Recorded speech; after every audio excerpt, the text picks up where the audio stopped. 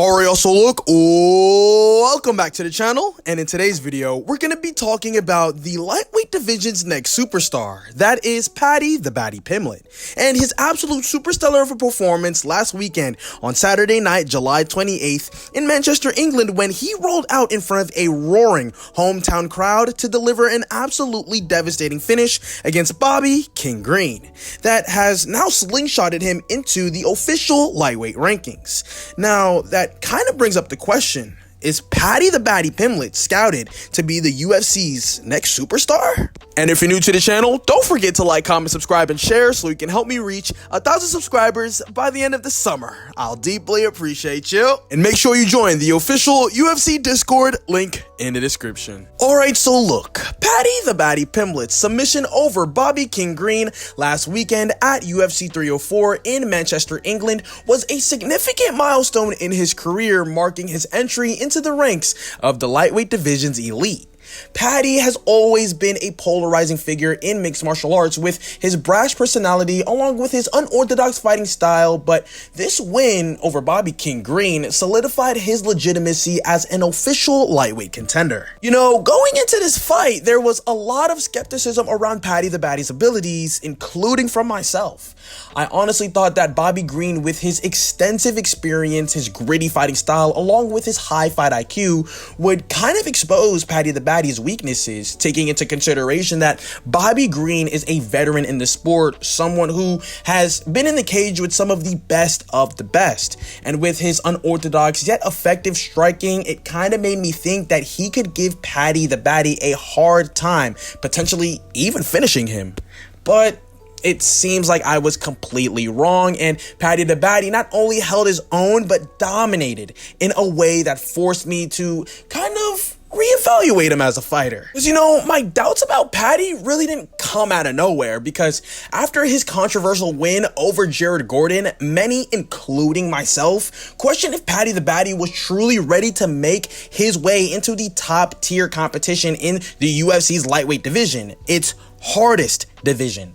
And you know, the fight with Jared Gordon was far from Paddy the Baddy's best performance. It was kind of scrappy, and a lot of people believe that Jared did enough for the dub, but you know, Paddy took the dub. And this kind of led to a lot of controversial, criticism and doubts about Paddy's future, especially when you factor in his outspoken personality and the beef he had with the sewer rat Ariel Helwani, which also didn't really help his image. At that point in time, I didn't even see him smelling the lightweight rankings, let alone being a ranked guy himself. Like, come on. And now look, here we are. Paddy the Baddy has proved everyone wrong by submitting a seasoned fighter such as Bobby King Green in the first round. This victory was a statement showing that Paddy the Baddy has grown and learned from his past fights, and that he's not just hype, but a legitimate threat to the lightweight division. Now, despite my initial thoughts, I did have a teeny-weeny feeling that Mr. Paddy the Baddy had a good chance in this fight, taking into consideration that Bobby King Green, while incredibly skilled, had the tendency to fight with a low stance, which has led him to being knocked out on several occasions. This made him super vulnerable to somebody with Paddy the Baddy's submission skills as well as his unorthodox striking prowess. When Bobby Green shot on Paddy, it was a critical mistake, and Paddy the Baddy kind of just capitalized on that shit perfectly, like securing the triangle and ending the fight just like that.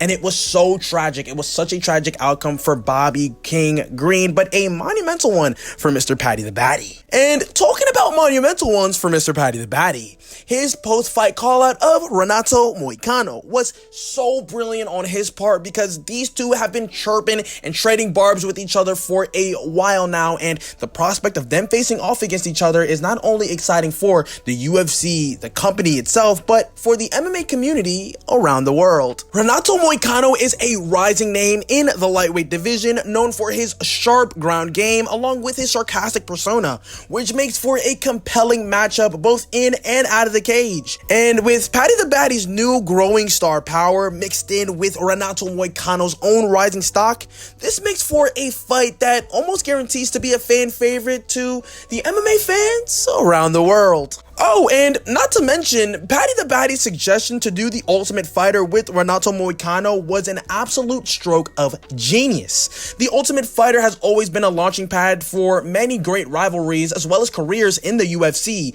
and the dynamic between these two would likely make for must-see TV. The build-up would be absolutely entertaining with plenty of trash talk, and the fight itself has the potential to be insanely explosive. And when it comes to the fight itself, I personally believe that Paddy the Baddie has a bit more tools to beat Renato Moicano, and while Renato is skilled and has a well-rounded game, I just kind of feel that Paddy the Baddie has shown a better sense of danger, awareness, and ability to adapt during the fight. You know, Paddy the Baddie's unorthodox fighting style, both on the feet and on the ground, could pose some problems for Renato Moicano, and I kind of see Paddy the Baddie outworking as well as outclassing him, respectively. However, it's a fight where anything can happen, and that's what kind of makes it so exciting. All in all, Paddy the Baddie's victory over Bobby King Green and his subsequent call-out of Renato Moicano has set the stage for what could be one of the most entertaining rivalries in the UFC. And whether it happens on The Ultimate Fighter or in the Octagon directly, this is a fight that the MMA community, along with the UFC himself, will likely be eager to book as soon as possible. It's a matchup that has all the ingredients of a classic, and one that could further elevate Paddy the Baddie's status in the sport as a whole.